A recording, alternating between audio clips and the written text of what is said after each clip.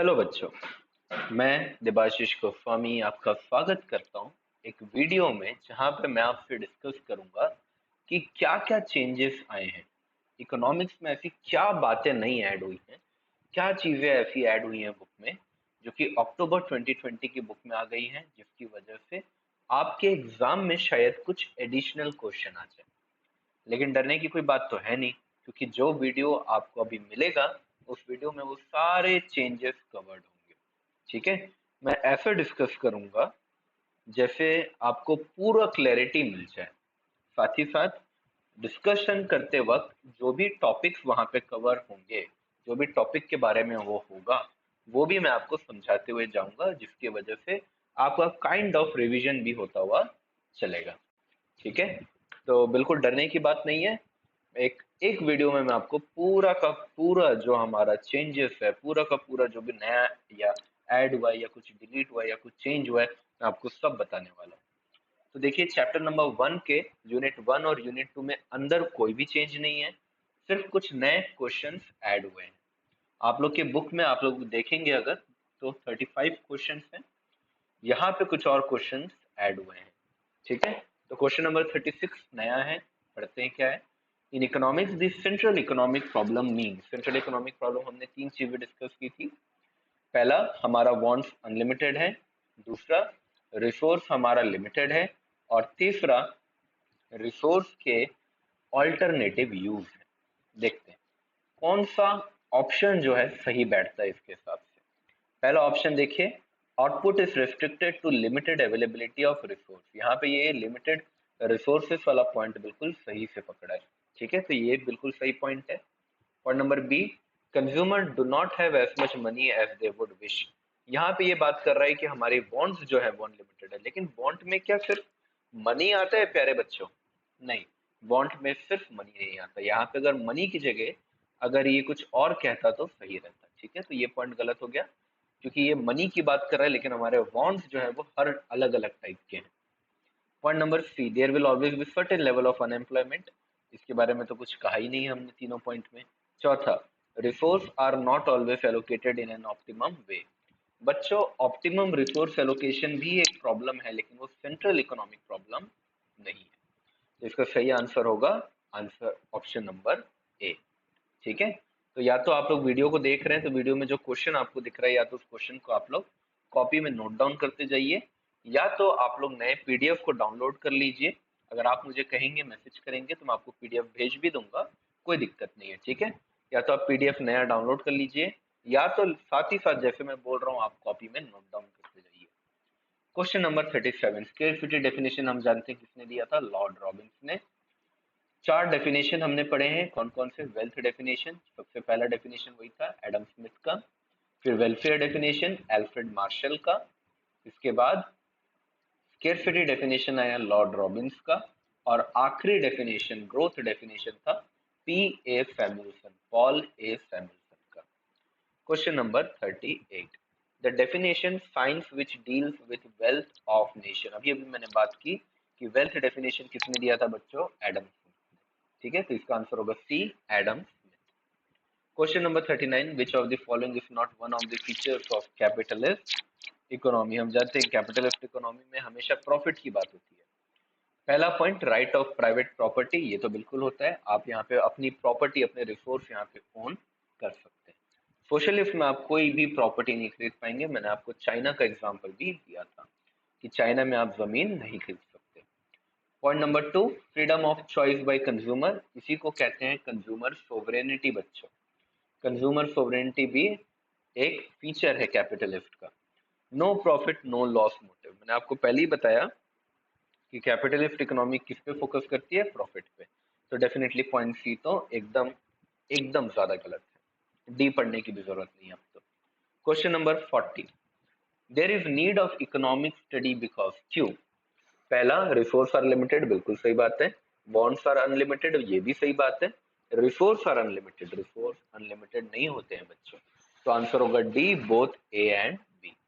Question number 41, benefit of economic study. Economic study करने से होगा क्या? मैंने आप लोगों को कई बार बताया कि अपन इकोनॉमिक्स पढ़ते ही इसलिए हैं ताकि अपन सही चॉइस कर पाए। पहला पॉइंट क्या बोल रहा है? It ensure that all problem will be appropriately tackled, सारे problems का हल निकल जाएगा, लेकिन ऐसा होता नहीं है। चलिए ठीक है, फिर भी आगे पढ़ते हैं। It helps in identifying problem, बिल्कुल सही बात है। Point number C, it enable to examine a problem in its right perspective, यानी सही ढंग से आपको ये देखना सिखाता है। और चौथा, it give exact solution to every problem. जी नहीं, एग्जैक्ट सोल्यूशन तो भैया भगवान भी नहीं दे सकते, तो फिर हम तो भैया फिर भी इकोनॉमिस्ट हैं, इंसान है। पॉइंट नंबर 4 नहीं होगा। पॉइंट नंबर ए क्या बोल रहे हैं, ensure all problem will be appropriately tackle. क्या सारे प्रॉब्लम का निवारण हो सकता है? नहीं हो सकता सर, बिल्कुल नहीं हो सकता। It help in identifying problem, problem को आइडेंटिफाई करना थोड़ा अधूरा सा हो गया ऑप्शन, है ना। ऑप्शन नंबर सी परफेक्ट बैठता है। ऑप्शन नंबर सी में क्या बोल रहे हैं, it enable to examine a problem in its right perspective. पहली बात तो बी का इसमें आ गया। बी में क्या आइडेंटिफाई करने बोल रहा है, यहाँ भी आइडेंटिफाई तो होगा, तब जाके तो एग्जामिन करेंगे अपन। उसके बाद यहाँ पर राइट पर्सपेक्टिव भी आ गया, तो सबसे सही आंसर है सी। देखिए बी गलत नहीं है, लेकिन सी ज्यादा सही आंसर है। और कुछ ऑप्शंस अपने को इसी तरीके से चूज करना पड़ता है। क्वेश्चन 42 पे आ जाते हैं। मैनेजरियल इकोनॉमिक्स क्या है? Is applied economics that fills the gap between economic theory and business practice. जी हाँ, बिल्कुल यही डेफिनेशन है मैनेजरियल इकोनॉमिक्स का। मैनेजर क्या करता है, जो थ्योरी होती है उसे वो काम पे लाता है, और काम पे वो कैसे लाता है इसके बारे में अपन पढ़ाई करते हैं मैनेजरियल इकोनॉमिक्स में। ठीक है, थ्योरी और प्रैक्टिस, मतलब थ्योरी और रियल लाइफ के बीच में जो गैप है, उस गैप को भरता है मैनेजरियल इकोनॉमिक्स। बाकी पॉइंट भी पढ़ लेते हैं। It is just a theory concept, बिल्कुल नहीं। मैनेजर बात कर रहा है यानी कि तो प्रैक्टिकल लाइफ तो हो गई। Trains manager how to behave in recession, क्या सही बात है? क्या इकोनॉमी में रिसेशन ही रहेगा और सिर्फ रिसेशन में लड़ने से काम बन जाएगा? बिल्कुल नहीं, बहुत ही गलत answer. Provide the tool which explain various concept, जी नहीं नहीं नहीं, बिल्कुल नहीं। Question number 43, which of the following statement is correct? देखते हैं, पढ़ते हैं। पहला बोल रहा है micro economics is important for study of a particular household and a particular firm. बिल्कुल, जहां पे आप इंडिविजुअल हाउस होल्ड या इंडिविजुअल फर्म की बात करते हैं वही माइक्रो है, तो ये ऑप्शन तो सही है। Option number B, macro economics is important for study of economic condition of a country. जी हाँ बिल्कुल, जब अपन कंट्री की बात करेंगे, स्टेट की बात करेंगे, तो ये एग्रीगेट हो गया, ये हमारा मैक्रो हो गया। मैक्रो में A for aggregate. None of the above, जी नहीं, ए एंड बी दोनों सही है, तो क्वेश्चन नंबर 43 का आंसर है डी। 44 में आ जाते हैं। Mister Satish hired a business consultant to guide him for growth of his business. The consultant visited his factory, him नहीं his factory है, and suggested some changes with respect to staff appointment, loan availability and so on. कौन सा approach ये निभा रहा है, micro, macro, none of the above या both? यहाँ पे देखिए वो एक पर्टिकुलर बिजनेस की बात कर रहा है, पूरे देश की बात तो कर नहीं रहा है। तो एक पर्टिकुलर फर्म की बात करेगा, एक इंडिविजुअल फर्म की बात करेगा, तो आई फॉर इंडिविजुअल, आई आई किस में आता है? माइक्रो में। तो इसका आंसर क्या होगा? Micro. Profit motive, profit motive किसमें होता है? कैपिटलिज्म में। Last question, dash is also called command economy. Socialist को बोला जाता है क्योंकि गवर्नमेंट यहाँ पे कमांड करके चलती है, यहाँ पे रूल्स लगाती है, यहाँ पे पूरा गवर्न करती है वो। ठीक है, तो सारे आंसर मैंने डिस्कस कर लिया आप लोगों से। इतने ही चेंजेस थे हमारे चैप्टर नंबर 1।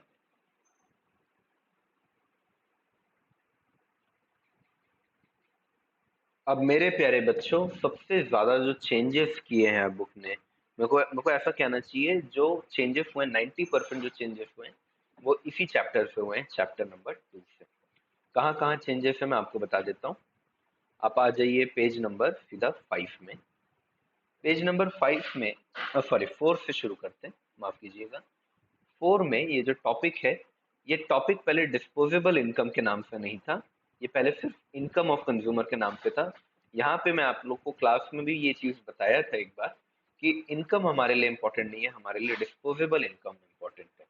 आपकी डिमांड कैसे चेंज होती है, ये आपकी इनकम से ज्यादा किस पे निर्भर करता है? Disposable income. दोनों में क्या फर्क है बच्चों? इनकम यानी वो पैसा जो आप कमाते हैं, डिस्पोजेबल इनकम वो पैसा जो कि आपके इनकम में टैक्स के डिडक्ट हो जाने के बाद आपके हाथ में आता है। तो एक्चुअली आप कभी भी इनकम को खर्च नहीं करते, आप डिस्पोजेबल इनकम को खर्च करते हैं। ठीक है, अब जैसे मान लीजिए आप 10,000 रुपए कमाते हैं, ये आपकी इनकम है, लेकिन अब आप जब उसमें से टैक्स कटवा लेते हैं, मान लेते हैं 1,000 रुपए का टैक्स है, तो अब जो 9,000 रुपये बचा मेरे प्यारे दोस्तों, ये 9,000 है हमारा डिस्पोजेबल इनकम। और असल में आप 10,000 को तो खर्च कर ही नहीं सकते, आप खर्च किसको कर सकते हैं? 9,000 को। तो ये इनकी छोटी सी गलती थी एक्चुअली पहले, तो उन्होंने अपनी गलती को यहाँ पे सुधारा है। कंसेप्ट में कोई बहुत भारी यहाँ पे चेंजेस नहीं हुए हैं, पहले इनकम था और अब ये हो गया है डिस्पोजेबल इनकम। चलिए कोई बात नहीं, पेज नंबर 5 में आ जाते हैं। पेज नंबर 5 में हुआ है आपका चेंज डेमोन्स्ट्रेशन इफेक्ट में। ये जो आपका पूरा का पूरा ये जो पैरा है, ये पूरा का पूरा पैरा का मीनिंग चेंज हो गया है। इस मीनिंग में पहले क्या होता था एक्चुअली, पहले आपका डेमोन्स्ट्रेशन इफेक्ट, स्नॉब इफेक्ट को एक ही साथ पुराने बुक में जोड़ा गया था। कहा गया था वेबलन इफेक्ट जो है वही स्नॉब इफेक्ट है, वही डेमोन्स्ट्रेशन इफेक्ट है, इस तरीके से इसको बताया गया था। यहाँ पर उन्होंने अपनी गलती फिर से सुधारी है और कहा है डेमोन्स्ट्रेशन इफेक्ट क्या है। डेमोन्स्ट्रेशन का मतलब यहाँ पे है कि आप यहाँ पे दूसरों को दिखाने के लिए कुछ डिमांड करते हैं कि देखिए मैं ये भी कर सकता हूँ, देखिए मैं वो भी कर सकता हूँ, देखिए नया फोन आया है, मैं नया फोन को भी खरीद सकता हूँ। ठीक है, तो ये नया फोन आ गया, ये खरीद रहा है, वो खरीद रहा है, मैं दिखाने के लिए, दिखावे के लिए जो मैं करूंगा वो होगा डेमोन्स्ट्रेशन इफेक्ट। और दिखावे के लिए अपन क्या करते हैं ना बच्चों, दिखावे के लिए अपन जो करते हैं वो है डेमोन्स्ट्रेशन इफेक्ट। उसकी वजह से अपन अपनी डिमांड को बढ़ा देते हैं। बैंड वैगन इफेक्ट मैंने आप लोग को क्लास में बहुत बार बताया है कि यह है भेड़ चाल की सोच। यानी जैसे बाकी भेड़ चलते हैं ना, वैसे ही उनके पीछे वाले भेड़ भी चलते हैं, है ना।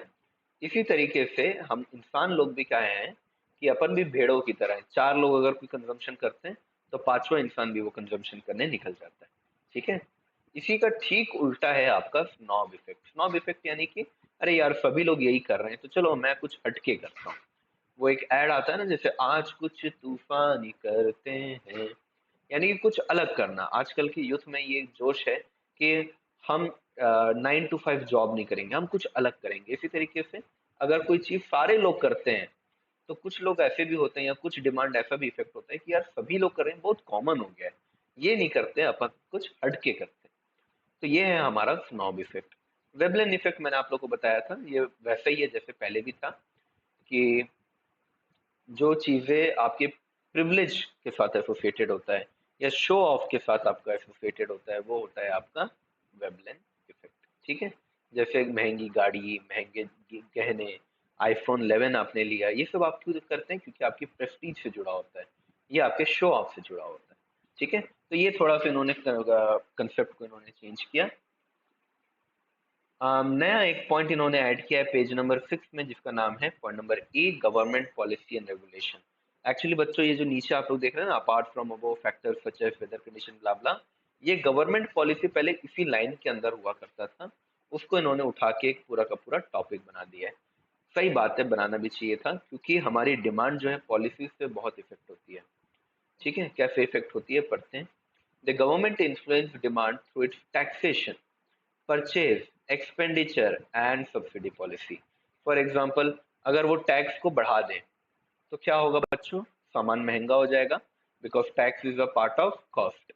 ठीक है, तो इससे क्या होता है, सामान महंगा हो जाता है और अपन जानते हैं कि महंगे सामान की डिमांड कम हो जाती है। इसी तरीके से इसका ठीक उल्टा होता है सब्सिडी। जब गवर्नमेंट किसी चीज पे सब्सिडी देती है तो उसका प्राइस कम हो जाता है। तो जब किसी चीज का प्राइस कम हो गया बच्चों, तो फिर उसकी डिमांड क्या हो जाएगी? बढ़ जाएगी। अगर वो किसी चीज का परचेज करते हैं, ठीक है, तो उससे भी डिमांड चेंज होता है। अगर वो किसी चीज, पर्टिकुलर चीज में एक्सपेंडिचर करते हैं तो उसकी डिमांड बढ़ जाती है। जैसे कि मान लीजिए वो ब्रिज बना रहे हैं, तो ब्रिज बना रहे हैं तो ब्रिज बनाने के लिए सीमेंट चाहिए, पेंट चाहिए, लोहा चाहिए। तो उन्होंने ये एक्सपेंडिचर किया करके लोहे का डिमांड बढ़ गया, सीमेंट का डिमांड बढ़ गया। तो इनकी पॉलिसीज जो है मेरे प्यारे बच्चों, उन पॉलिसीज से बहुत ज्यादा डिमांड इफेक्ट होता है। अब आ जाइए आप पेज नंबर 7 में। आप कह रहे होंगे सर ये तो हर पेज में कुछ चेंज आ रहा है। जी हाँ, हर पेज में कुछ चेंज है, थोड़ा थोड़ा ही चेंज है, बहुत ज्यादा नहीं। यहाँ पे देखिए जो दूसरा वाला पैरा है ना, ये वाला मेरे प्यारे बच्चों, ये वाला पैरा, ये यहाँ पे नया ऐड हुआ है। लेकिन डरने की बात नहीं है, इन्होंने जो ऐड किया है उसमें कुछ नया इन्होंने कुछ खास नहीं बताया है। ठीक है, यहाँ पे जो पुरानी बातें थी उन पुरानी बातों को इन्होंने थोड़ा सा प्यार से संजो के यहाँ पे दिखा दिया है। ठीक है, तो इसको आप लोग एक बार रीड करेंगे, that is more than enough.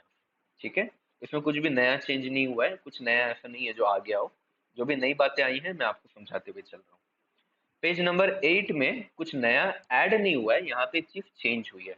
आपके सामने ये जो ग्राफ आपको दिख रहा है ना प्यारे बच्चों, ये ग्राफ पहले क्या था, ये ग्राफ एक्चुअली थोड़ा सा सोया हुआ था, मतलब कि थोड़ा सा बेंट था। अगर आप अपनी बुक में देख रहे हैं, पुरानी बुक में, तो वो बेंट था। और मैंने बताया भी था कि इन्होंने फालतू का इसकी कमर को लचका दिया है, असल में ये स्ट्रेट होना चाहिए, और ये स्ट्रेट इन्होंने अब नई बुक में कर भी दिया है।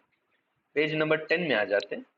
पेज नंबर 10 में एक बात, मैं अभी जो मेरे बच्चे आते हैं डाउट पूछने में, उन लोगों को समझाता हूँ कि एक नए टाइप का इक्वेशन है, वो इक्वेशन आप लोग पढ़ के जाइएगा।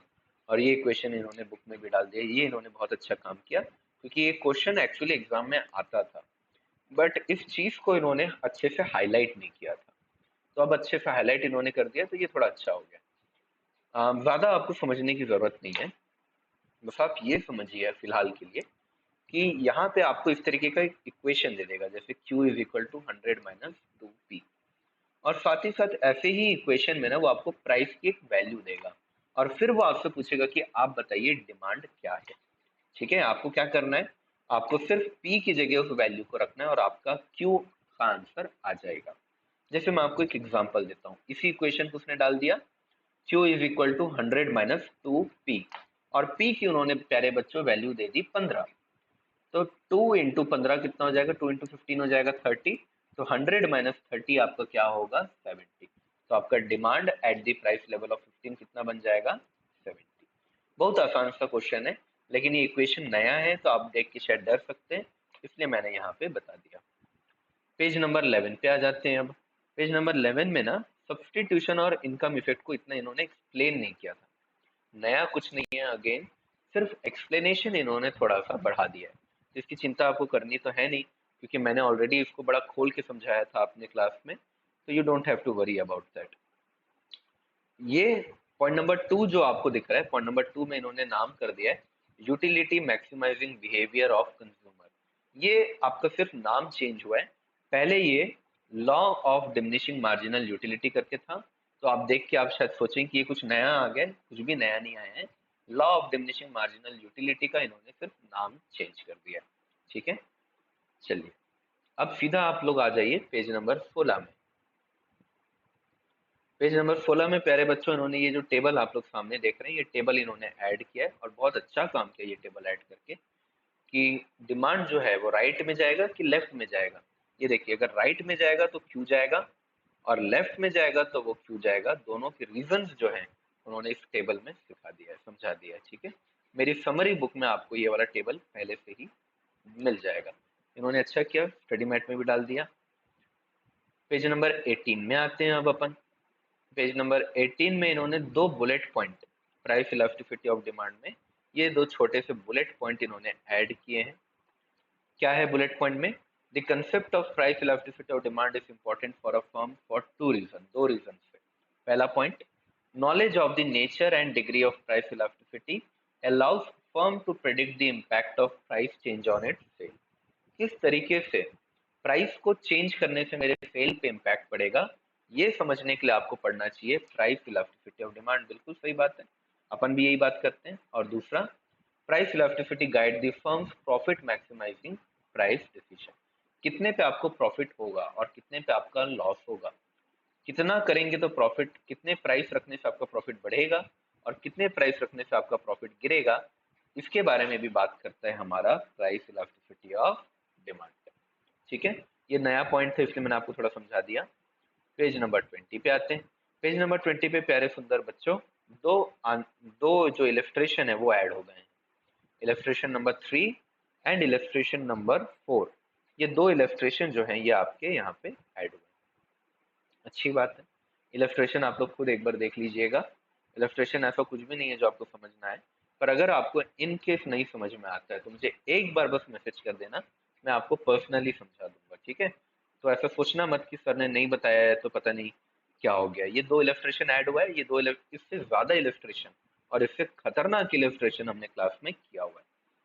चलिए पेज नंबर 26 पे आ जाते हैं, चलिए सीधा 26। यहाँ तक कोई भी चेंज नहीं है, ठीक है, डरने की बात नहीं है कोई। पेज नंबर 26 में इन्होंने क्या किया है, पेज नंबर 26 में इन्होंने ये जो आप लोग ये देख रहे हैं ना, price elasticity equals to 1 greater than 1, पहले एग्जाम्पल नहीं था। यहाँ पे आप लोग जो एग्जाम्पल देख रहे हो ना, ये इतना बड़ा बड़ा न्यूमेरिकल का एग्जाम्पल आपके सामने, ये एग्जाम्पल पहले नहीं था, इन्होंने एग्जाम्पल डाल दिया है। आपको डरना नहीं है। आप लोगों ने टॉपिक तो पढ़ा ही है, आप जानते ही हैं, हम लोग क्लास में भी एग्जाम्पल के साथ ही पढ़ते थे। तो आप लोग बस एक बार इसको रीड कीजिएगा, आपको अपने आप समझ में आएगा, कुछ भी नया एडिशन यहाँ पे नहीं है। एक जो मुझे एडिशन बड़ा अच्छा लगा वो एडिशन है ये वाला, टोटल रेवेन्यू। टोटल रेवेन्यू का पूरा कंसेप्ट जो है इन्होंने डाल दिया।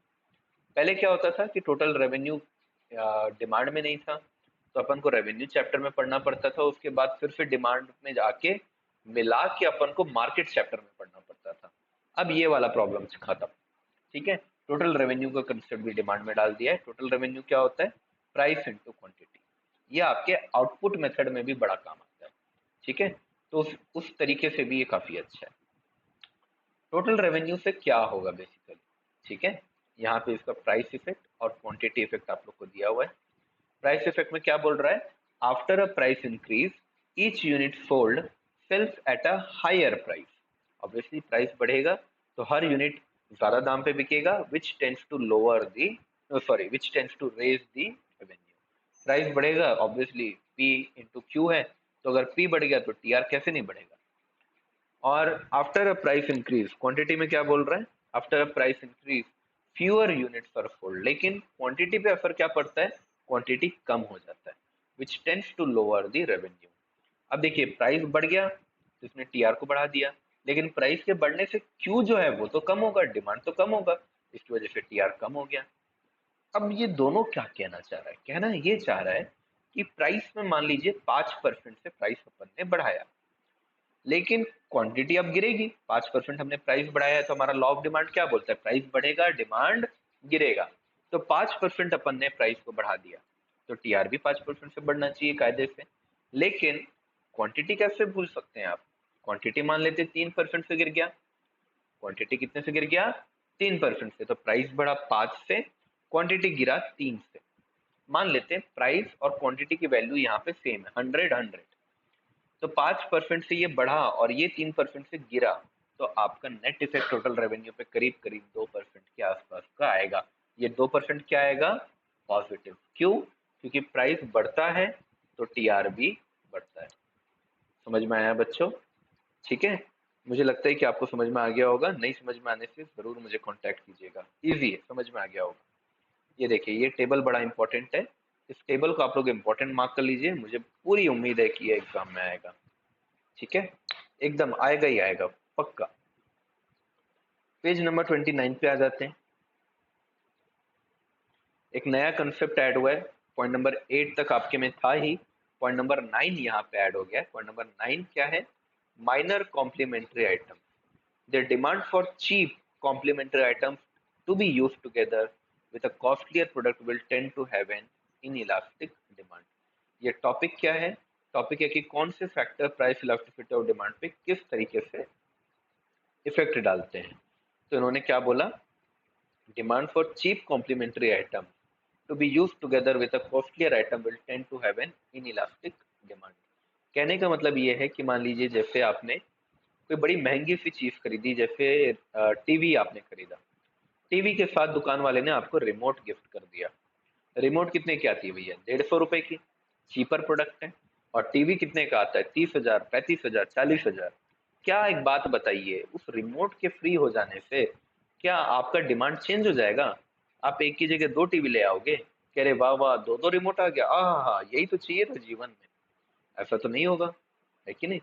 तो इस वजह से आपका डिमांड यहाँ पे इन इलास्टिक ही रहता है। आप भैया बड़े चीज के साथ अगर बड़ा सामान देते तो कुछ हो भी जाता। यहाँ पे इतू सा सामान आप दे रहे हैं, चीप सा सामान दे रहे हैं, तो आपके डिमांड पे कोई इम्पैक्ट नहीं पड़ने वाला। चलिए, अब आएंगे अपन पेज नंबर 32 में।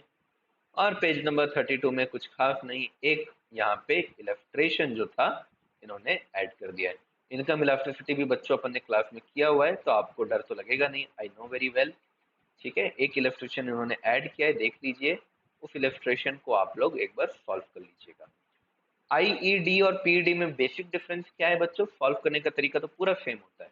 एक ही डिफरेंस है कि इसका जो आंसर आएगा वो आंसर होगा पॉजिटिव, और पी डी का आंसर क्या होगा, अगर नॉर्मल गुड है तो नेगेटिव और इंफीरियर गुड है तो पॉजिटिव। चलिए कोई बड़ी बात नहीं है, कुछ इन्होंने खास नहीं किया। ये इलस्ट्रेशन हो गया। अब पेज नंबर आते हैं अपन 35। ये 35 में आप लोग देखेंगे 4 छुटकू छुटकू से पॉइंट यहाँ पे ऐड किए हैं। ये चारों छुटकू से पॉइंट को आप लोग इंपॉर्टेंट समझिए और अपने कॉपी में प्लीज इसे लिख लीजिए। क्यों मैं प्लीज कह रहा हूँ, क्योंकि आपका ये कंसेप्ट अपन ने पढ़ा जरूर है, लेकिन ये कंसेप्ट अपन ने क्लास में लिखा नहीं है। इन चारों कंसेप्ट को आप प्लीज, चारों पॉइंट को प्लीज आप लोग कॉपी में लिख लीजिए। बहुत हाई चांस है कि यहाँ से एक पॉइंट आपके एग्जाम में आए। ठीक है, प्लीज इसको लिख लीजिए। सीईडी का अपन ने पढ़ा हुआ है, क्रॉस इलास्टिसिटी ऑफ डिमांड क्या होता है, सॉल्व करना भी हमने सीखा हुआ है। जो परफेक्ट सब्सटीट्यूट होंगे मेरे प्यारे बच्चों, परफेक्ट सब्सटीट्यूट के साथ क्या होगा, हमारा क्रॉस इलास्टिसिटी इनफाइनाइट होगा। ठीक है, अगर क्लोज सब्सटीट्यूट है तो पॉजिटिव, अगर नॉट सो क्लोज है तो पॉजिटिव बट स्मॉल यानी कि 0.1 0.2, और क्लोज सब्सटीट्यूट है तो पॉजिटिव और लार्ज यानी कि 1 2 3 4 6 7 8 ऐसा। और अगर टोटली अनरिलेटेड है यानी कि सब्सटीट्यूट है ही नहीं, तो फिर यह आपका क्या हो जाएगा, जीरो। चलिए आगे बढ़ते हैं, पेज नंबर 36 में आएंगे और पेज नंबर 36 में इलस्ट्रेशन 8 और 9 जो है वो ऐड किया गया है। इलस्ट्रेशन 10 भी है लेकिन 10 आपका इलस्ट्रेशन पहले से ही था। 8 और 9 बस आपका दो इलस्ट्रेशन और ऐड किया है। इलस्ट्रेशन है आपका सी डी का। ठीक है, क्लास में किया हुआ है, दिक्कत होगी नहीं, बनाइए, नहीं बना तो मैं बैठा हूँ, चिंता मत कीजिए, डायरेक्टली कॉल व्हाट्सएप कीजिएगा, मैं आपको बता दूंगा। पेज 42 में आएंगे। पेज 42 में बच्चों ये एक डायग्राम जो है, ये डायग्राम पहले नहीं था, ये वाला डायग्राम यहाँ पे नया ऐड हुआ है। ठीक है, डेल्फी प्रोसेस का ये डायग्राम है, ये डायग्राम इंपॉर्टेंट नहीं है, इन्होंने ऐड किया है तो मैंने आपको बता दिया। ठीक है, again I am repeating, this is not important diagram, आप लोग इसे स्किप कर सकते हैं, बिल्कुल कर सकते हैं। पेज नंबर 43 में आ जाइए। ग्राफिकल मेथड और फिटिंग ट्रेंड मेथड को इन्होंने बहुत ही अच्छे से एक्सप्लेन किया है, जो कि एक्सप्लेनेशन बिल्कुल नहीं था पहले। ठीक है, सिर्फ इनका नाम दिया गया था आपके बुक में, एक्सप्लेनेशन नहीं था, अब इसका एक्सप्लेनेशन भी दे दिया है। ग्राफिकल मेथड बच्चों हम जानते हैं कि ग्राफ के थ्रू अपन प्लॉट करते हैं। ठीक है, ग्राफ के थ्रू अपन समझते हैं कि हमारा डिमांड क्या है। तो यहाँ पे वही बोल रहे हैं, this involve plotting of time series data on graph paper and fitting a free hand curve to its passing through as many point as possible. ठीक है, तो ये यहाँ पे ग्राफ की मदद से अपन करेंगे। इसका एक और नाम क्या है, फ्री हैंड प्रोजेक्शन मेथड। ये नाम आपको याद रखना है, ये आपके लिए इंपॉर्टेंट है।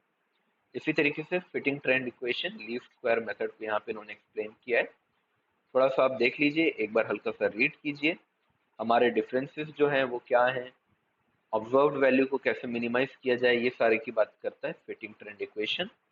रीड कीजिए, इसके बेनिफिट क्या है ये देखिए। This method is very popular, ये इसका बेनिफिट है, सिंपल है और इनएक्सपेंसिव है, यानी कि सस्ता भी है। ठीक है, ये तीनों इसके क्या बन गए, बेनिफिट। तो आपके क्वेश्चन में आ सकता है कि फिटिंग ट्रेंड इक्वेशन का कौन सा बेनिफिट नहीं है। मान लीजिए ये तीनों दे दिया और चौथा कुछ और दिया। ठीक है, तो आपको समझ में आ जाएगा कि हाँ ये 3 4 तो इसके फायदे थे और ये चौथा वाला अलग दिख रहा है तो ये इसका फायदा नहीं होगा शायद। ये आपके लिए थोड़ा सा इंपॉर्टेंट है, इंपॉर्टेंट मार्क कीजिए और कॉपी में लिख लीजिए। यहाँ पे आपके जितने भी नए पॉइंट थे वो सारे के सारे ऐड हो गए। ठीक है, जितने भी पॉइंट आपको बताने लायक था वो पॉइंट मैंने यहाँ पे आपको चैप्टर नंबर 2 यूनिट नंबर 1 में मैंने आपको समझा दिया। ठीक है, ये मेरा वीडियो का पहला पार्ट है। ठीक है, ये वीडियो आपने अगर देख लिया है तो जितना मैंने आपको बताया वो आप पहले पढ़िए, समझिए। उसके बाद मैं आपको एक और वीडियो में चैप्टर 2 के जो बाकी दोनों यूनिट है उसके चेंजेस बताऊंगा, चैप्टर नंबर 3 4 और 5 के चेंजेस बताऊंगा। ठीक है बच्चों, थैंक यू सो मच, मिलेंगे अपन एक और वीडियो में।